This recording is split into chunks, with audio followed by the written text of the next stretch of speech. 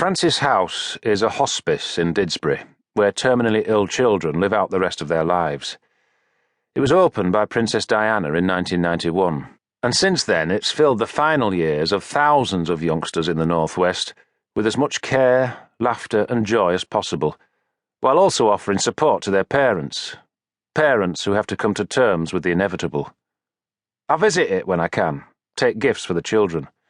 I went last week and took my two with me, watching them as we walked around chatting to the children in the hospice. Afterwards, outside, they were quiet. "You see how lucky you are, don't you?" I said. "It makes you realise how lucky you are to be happy and healthy." "Yeah, Daddy, it does." Francis House receives less than 4% government funding, so in order to stay open it needs to raise funds. Up until 2006 it needed £5 million just to stay open. And what a bloody disgrace that is, just to stay open.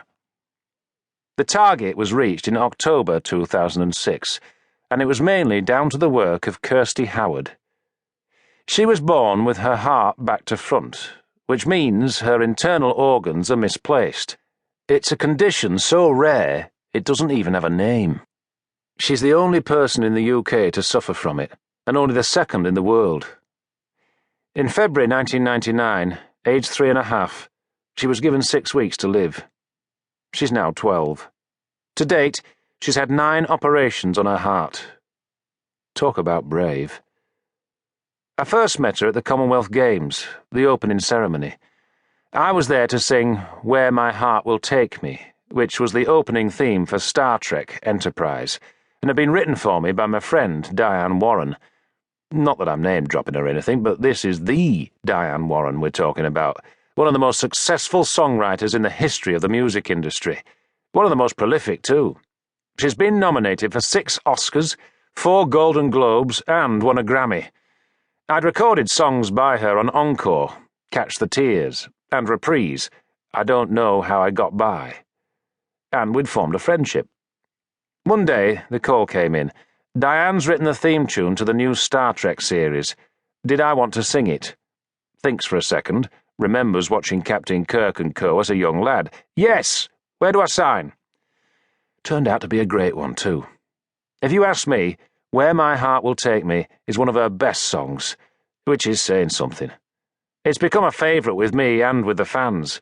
It even ended up being played as a wake-up call to astronauts on a space shuttle mission in 2007. Funny thing is, I'd been in the frame to perform at the Olympics in 2000, the ones held in Australia, but it hadn't come off, which was a disappointment at the time. So when the call came in about the Commonwealth Games, there was a bit of the old Parky effect about it, with me thinking, yeah, well, we'll see. I'll get excited about it when I'm there. And then, just as it was in Rome, I got excited about it. A car picked me up in the morning for rehearsals, and I got my first look at the venue, the City of Manchester Stadium, which is Manchester City's new ground. It had just been built then, so it was a huge deal to be one of the first to see it. Empty, it was mammoth, magnificent. When it started to fill up, it was something else entirely. It filled and it filled, the spectators taking their seats. Then a red arrow flypast announced the Queen's arrival.